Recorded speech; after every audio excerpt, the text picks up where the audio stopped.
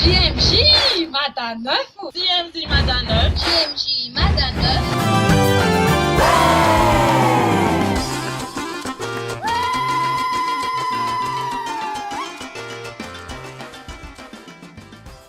Coucou. Selamat daholo JMJ Madanœuf any Mahajanga nivaliko hatramin'ny 4 Oktobra 2024 aza matahotra rimary fa sitrak'Andriamanitra ianao. Manentana antsika tanora rehetrarehetra manerana ny nosy andeha hamonjy ny JMJ Mada.